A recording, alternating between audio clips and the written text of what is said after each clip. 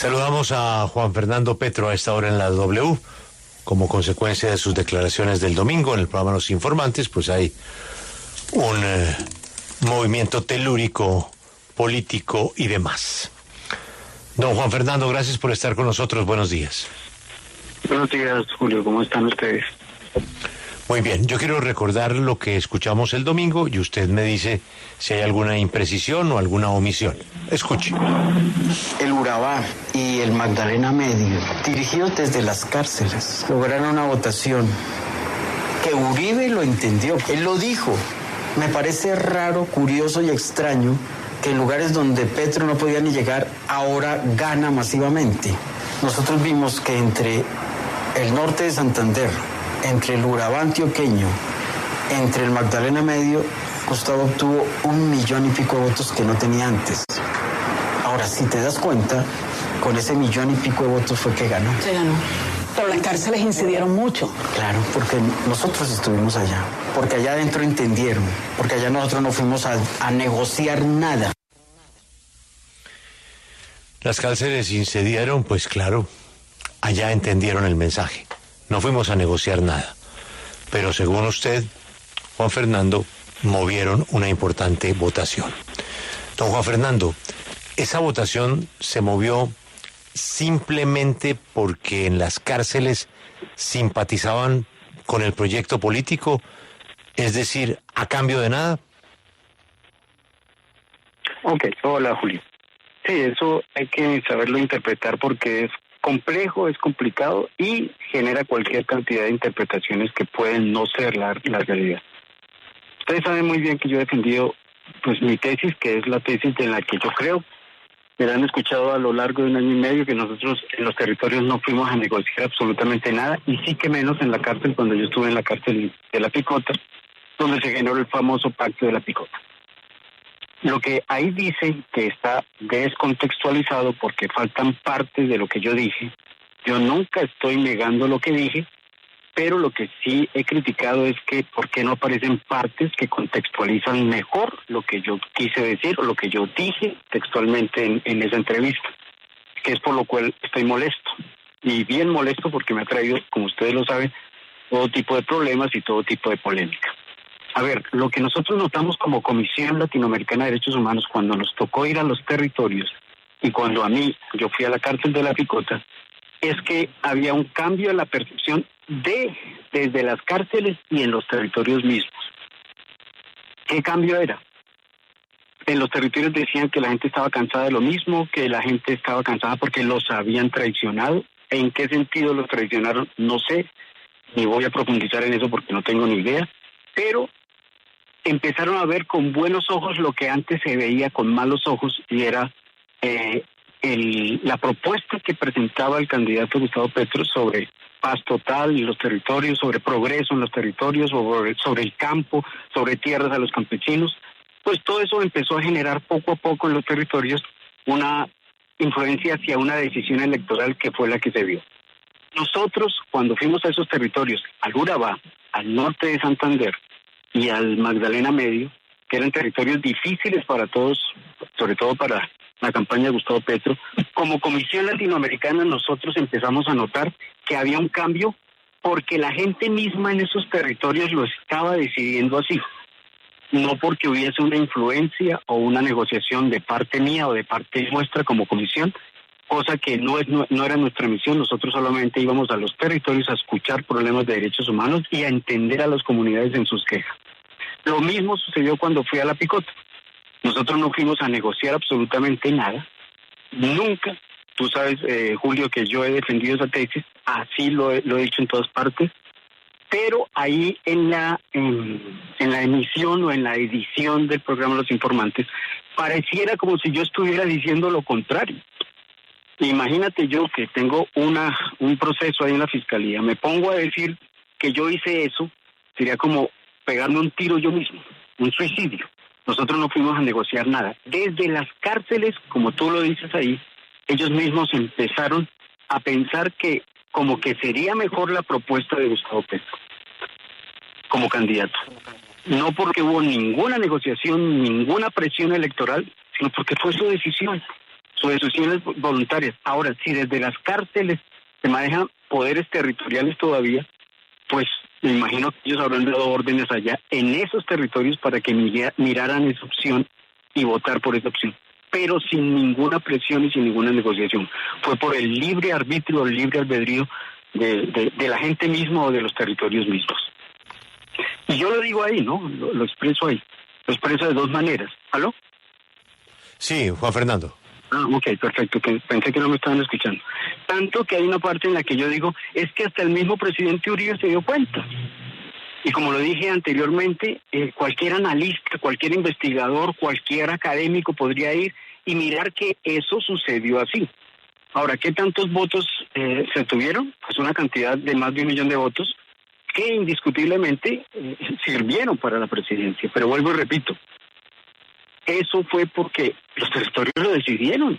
Allá no hubo ninguna influencia. Si allá era difícilmente complicado entrar a esos territorios, nosotros entrábamos porque éramos Comisión Latinoamericana y nos daban ese permiso de entrar, de movernos, no porque nos dieran un permiso como tal, sino porque nos permitían, nos empezaron a conocer desde hace algunos años atrás y dábamos el espacio de confianza para saber que podíamos entrar allá y escuchar a las comunidades y sus necesidades en los territorios. Ese fue nuestro trabajo y no hubo absolutamente nada más.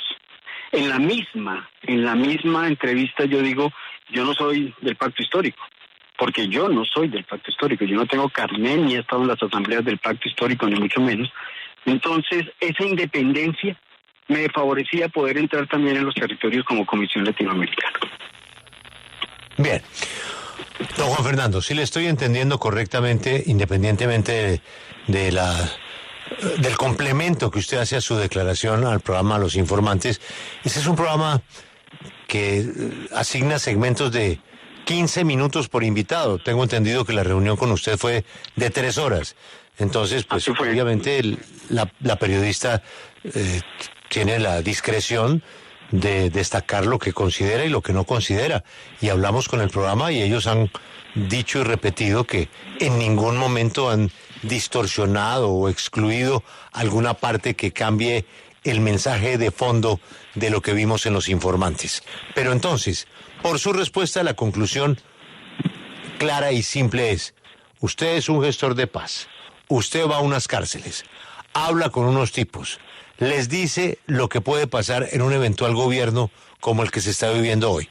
Esos señores les gusta su idea y desde las cárceles mueven más de 1 millón de votos a cambio de nada. ¿De acuerdo? No, Julio, así no fue. Así no fue porque, mire, en la campaña, el mismo candidato lanzó propuestas a todo el país nacional, a todos, y todos les escucharon las propuestas del candidato. Las propuestas iban enfocadas hacia un cambio en la renovación de los territorios, de impulsos en educación en los territorios, procesos agroindustriales en los territorios y el concepto de paz total en los territorios. Implique eso lo que implicara. Y eso fue escuchado en las cárceles. Yo no tuve que ir, empezando porque solo fui a una cárcel, Julio, la cárcel de La Picota, una vez, y que me costó lo del pacto de La Picota. Yo no fui a decirles esa propuesta. La propuesta ya la conocía todo el mundo dentro de las cárceles como en los territorios porque las había lanzado el candidato. Como las escucharon los campesinos, los obreros, los académicos, los padres de familia, los estudiantes, las mujeres casadas, etcétera, etcétera. Y claro, ellos vieron que esa propuesta podía servir. Y eso fue lo que los puso a pensar que en los territorios y en los territorios mismos la gente se dio cuenta que es una propuesta que les convenía más políticamente, electoralmente y para sus condiciones sociales de vida de las comunidades en los territorios. Yo no fui a convencer a nadie. De hecho, vuelvo y repito, por como ya 1 millón de veces, que nosotros fuimos porque nuestro interés en ese momento como comisión, trabajando con la Comisión Intereclesiástica, era conocer qué pasaba con la vida de un ser humano después de 12 o 15 años, una vez cometidos los errores que cometieron. Seguirían con la misma perspectiva, la misma visión de vida. Queríamos escribir un artículo, que más tarde yo pensaba que fuera un libro, cosa que no se pudo hacer, sobre precisamente el criminal condenado en un momento determinado. 15 años después tenemos que seguirlo viendo como sociedad como criminal y seguirlo condenando. Era la propuesta filosófica y fundamental de la ida a la cárcel. En esa propuesta no había nada de negociación, sobre todo con personajes que ya habían perdido cualquier posibilidad de intercambio, de negociación, sea político o electoral, como eran los que estaban allá en la cárcel, teniendo en cuenta que yo nunca entré a ningún patio de extraditables ni hablé con ningún extraditable, y por lo tanto, Julio, repito nuevamente, y tú me lo has escuchado y todo el mundo me lo ha escuchado, nunca hicimos una negociación. Lo que a mí me molesta, Julio, es que en el programa de los informantes todo quedó cuadrado o editado de tal manera que es como si yo me estuviera autoacusando yo mismo de decir que yo llegué a las cárceles a negociar, a plantear esto, a decidir esto, a negociar en términos económicos, en términos políticos, en términos electorales, para que en los territorios se votara por la propuesta de Gustavo Petro. Y eso no fue, porque el contexto más amplio de lo que hablamos determinaría claramente, si se viera ese contexto, que yo no estaba diciendo eso. Cuando se edita y se deja lo que ahí aparece, es como si yo estuviera yo mismo acusándome de algo, sabiendo que tengo un problema en la fiscalía con eso. Tendría que ser yo muy irracional para yo ahora acusarme y darme la autoridad de haber dicho lo que pareciera que se estuviera diciendo ahí, pero que nunca dije.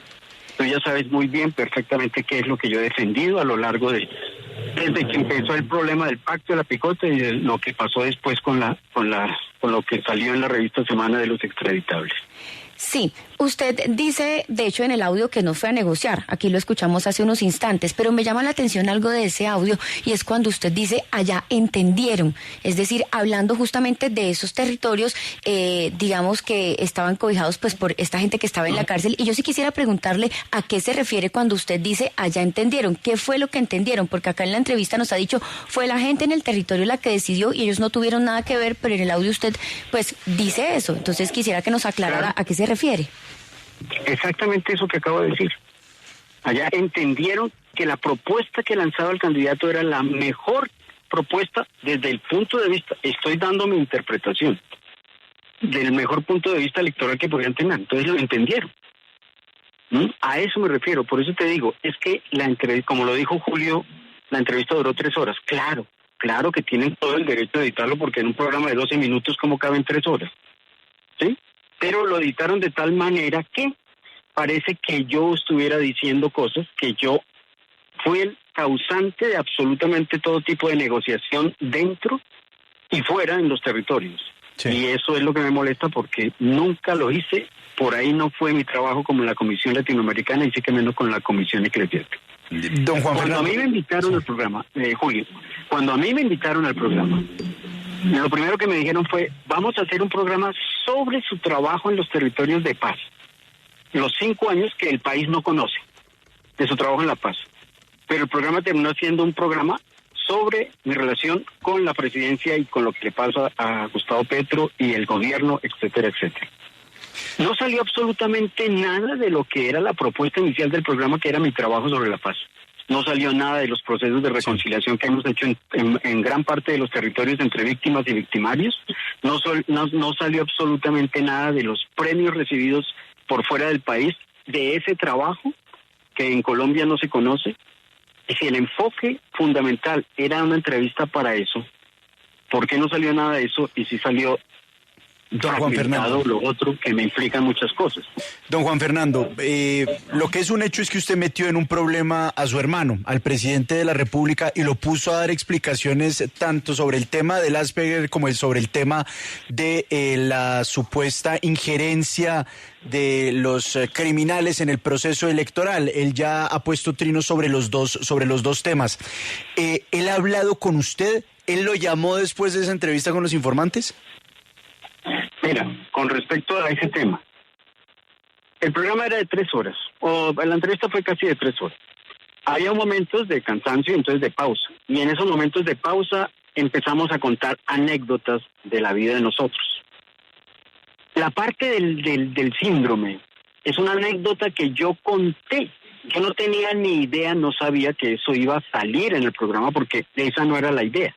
Fue una anécdota que yo conté de lo que me sucedió a mí en el bachillerato, en segundo, tercero bachillerato, que tuvieron que colocarme mi papá, un psicólogo, porque yo tuve un cambio de comportamiento diametralmente opuesto a lo como era. No, y yo creo que ese episodio ya quedó, ese episodio ya quedó totalmente claro y digamos no tiene mayor importancia. Pero lo no ha quedado claro porque ese es el punto que me ha traído todos los problemas del mundo. Y para dejarle claridad es que el psicólogo dijo, usted tiene un problema de aislamiento, usted se aísla mucho. Y yo me doy cuenta que su hermano en 6º grado tiene la misma característica de aislarse porque prefiere los libros que andar en fiestas y esas cosas. Yo conté eso como anécdota ahí porque el psicólogo delante de mi papá lo dijo y punto. Y no tenía ni idea que eso iba a volverse un problema de nivel nacional porque lo conté como anécdota y no pasó de ahí. Entonces, con toda la razón, el presidente ayer saca su trino diciendo, pero es que yo no tengo eso porque nunca más hacia adelante ni tuvimos que ir a un médico, ni tuvimos que ir a un psicólogo o a un psiquiatra. Nadie nos ha determinado que tengamos clínicamente tal síndrome o tal cosa. Entonces yo lo conté porque eso sucedió en el bachillerato, pero quedó descontextualizado en lo que yo dije. Don Juan Fernando, lo dije, pero quedó descontextualizado y por eso es que parece que apunta hacia... Claro.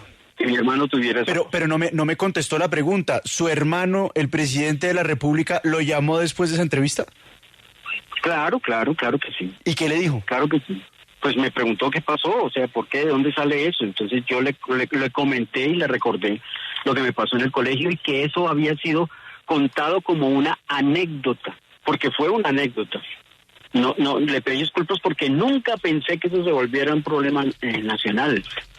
Entonces ya tengo que cuidarme de cada palabra de lo que yo digo en cualquier lugar donde yo esté, porque miércoles esto de verdad es una vaina muy tenaz. Claro. Ya no puedo decir algo que tenga que ver con mi vida porque me sucedió una cosa que sucedió hace 40 y pico de años. Sí.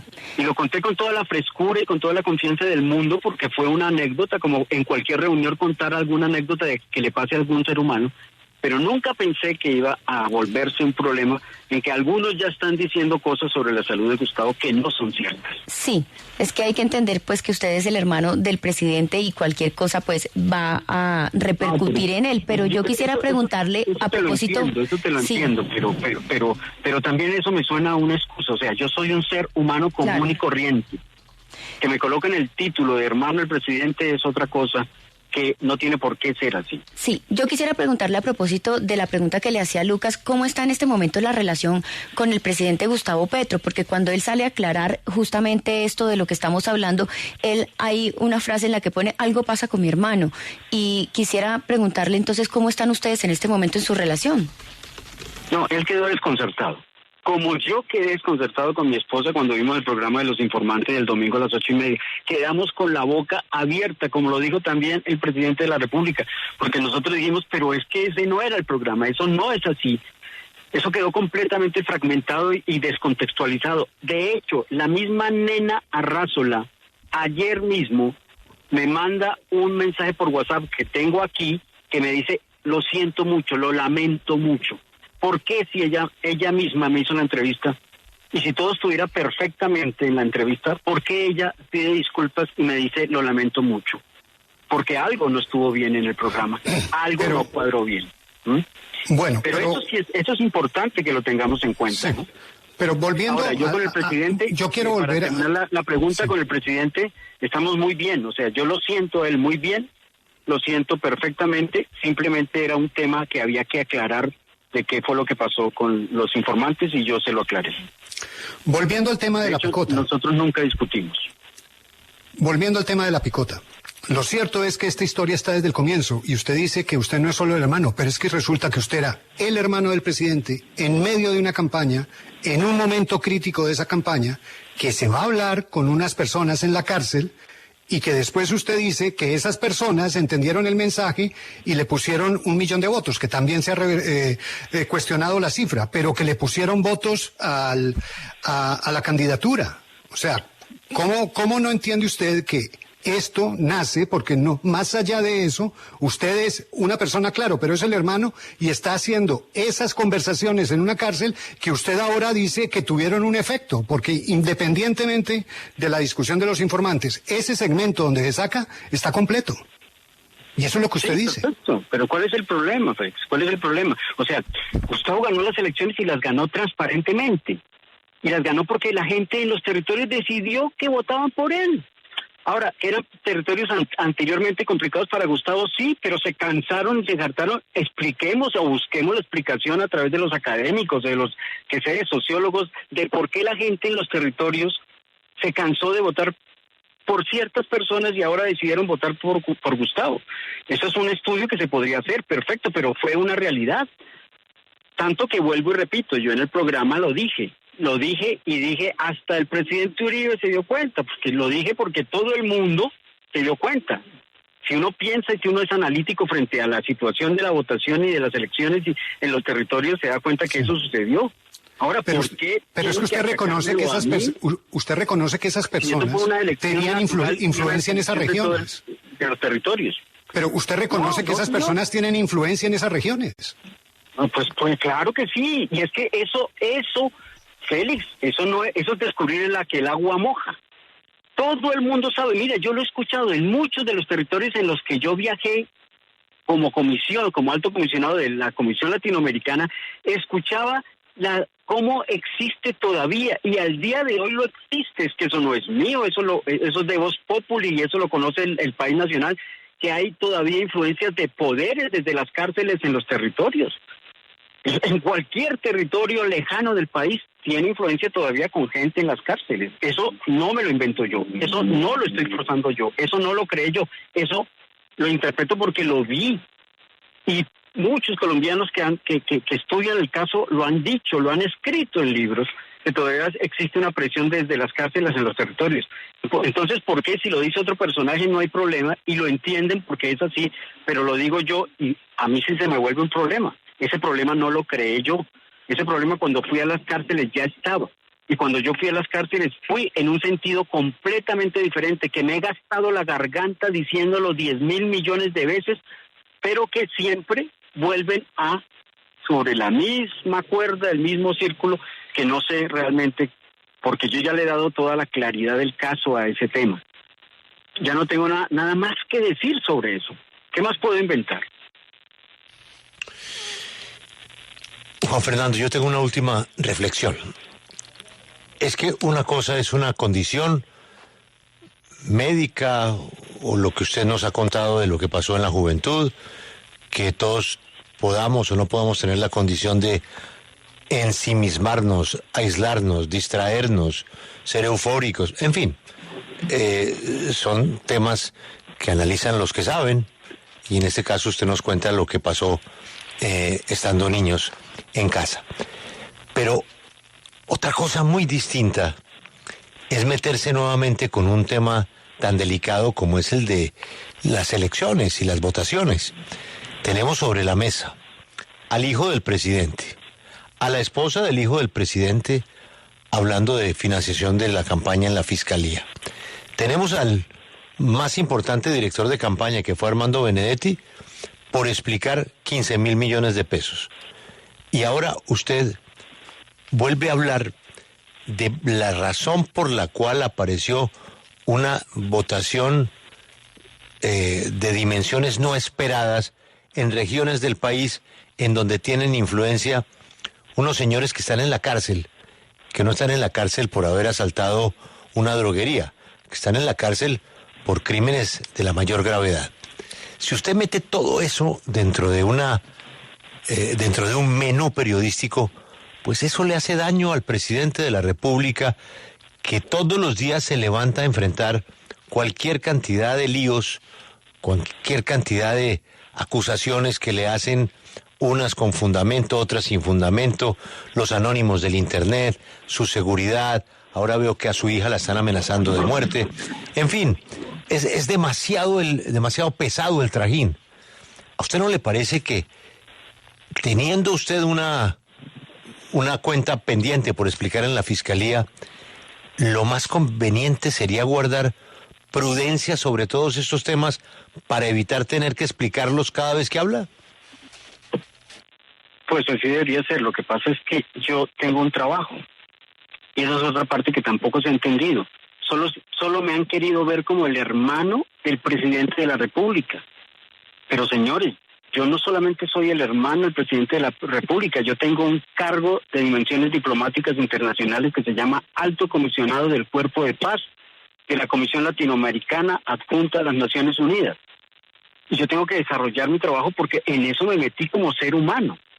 Y en eso he descubierto en los territorios muchas cosas que todo el mundo sabe, porque es que lo que yo he planteado y lo que yo he dicho es porque, claro, ahí sí soy el hermano del presidente y por eso genera una connotación especial.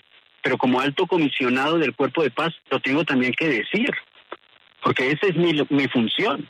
Yo no soy simplemente el empleado en una administración en un lugar determinado, sino que soy un alto comisionado que tengo que emitir enunciados e informes internacionales sobre lo que está sucediendo porque es mi trabajo, para ver cómo se pueden resolver los problemas de derechos humanos y de paz a nivel latinoamericano y a nivel nacional. Entonces, yo en ese trabajo me he encontrado en los territorios con toda esta información que yo no desarrollé, que yo no creé y se le ha transmitido inclusive al presidente de la República de manera informal cuando nos hemos reunido en ciertos lugares. Entonces, esto es algo que todo el mundo sabe. Porque si todo el mundo lo sabe, yo lo que digo es, pues hágase un estudio y un análisis académico, institucional, sociológico de estas realidades tan complejas que vive el pueblo colombiano. Claro, yo podría callarme, yo debo callarme. Todo esto me está impulsando a que, mejor dicho, no puedo ni respirar siquiera, Julio, porque cualquier respiración que haga es tomada en mi contra. Yo he sido claro y te he dicho a ti y a todos los programas y en todas partes, claro que tengo un proceso en la Fiscalía, pero como he sido claro, yo sé que ese proceso no puede culparme porque lo que he hecho lo he hecho a través de mi trabajo como alto comisionado de paz de la Comisión Latinoamericana. Eso implica meterme en territorios y en situaciones complejas. Y en esas situaciones complejas, en este país, no solamente le puede costar a uno el prestigio, el cargo, sino inclusive la vida misma. Y eso ha pasado con muchos en la historia de Colombia. Pero no por eso entonces tengo que callarme. Porque si me callo entonces dejo de trabajar, a menos que tenga que renunciar definitivamente a mi cargo. Yo había renunciado, pero la comisión misma solicitó nuevamente que yo volviera a mi cargo y volví a mi cargo. Y entonces lo he estado desempeñando. Pero claro, de una manera muy tenaz y muy compleja, porque además de ser eso, se me coloca, tengo el título de ser hermano de un presidente de la República. Lo que tú dices es muy cierto, esto es un bulto muy complejo que mediáticamente pues es muy tenaz, pero yo le pedí ayer disculpas al presidente de la República porque lo que yo comenté sobre el síndrome era una anécdota y miren lo que se transformó. Yo no quiero, porque yo sé que él es el hombre que tiene el potencial para transformar ese país y llevarlo a mejores vientos y a mejores orillas. Pero entonces tendré que renunciar definitivamente a mi cargo y no volver a decir absolutamente nada para que entonces cada vez que yo diga algo pues genero una polémica nacional de cosas más tenaz del mundo. Sabiendo que muchos saben que lo que yo estoy diciendo es cierto, que muchos saben que lo que estoy afirmando se vive en los territorios desde las cárceles inclusive, pero entonces cuando lo dicen ellos no genera polémica, pero cuando lo digo yo sí se genera todo tipo de polémica. No estoy ocultando una realidad que se vive en Colombia. Esa realidad no la estoy fabricando yo. La estoy viviendo como ustedes la están viviendo, solamente que yo me tengo que mover por todos los territorios tratando de interpretar qué es lo que las comunidades necesitan, qué es lo que sucede en esos territorios y viendo cómo los agentes de violencia siguen actuando en esos territorios. Para mí eso es tenaz. ¿Cómo quedarme yo callado frente a esas cosas? Pero una cosa es eso, otra cosa es que digan que yo o que traten de unir tejidos o hilos que conduzcan a que yo estuve negociando, bien sea electoralmente o políticamente o económicamente en esos territorios con agentes ilegales o economías ilegales, cosa que siempre he defendido que no es así y la seguiré defendiendo, Julio. Pues Juan Fernando, lamentamos muchísimo toda esta situación que ha creado semejante tormenta y le agradecemos su tiempo, su sinceridad y su aclaración. Ojalá que esto se pueda superar de la mejor manera por el bien de la gobernabilidad del presidente. Ha sido usted muy amable, Juan Fernando. No, ustedes, Julio, muy amables y todos esperamos eso. Yo también, yo principalmente, más que nadie, porque de alguna manera me siento el responsable de todas estas situaciones. Acompáñenos en el canal de YouTube @Julio Sánchez Cristo Oficial.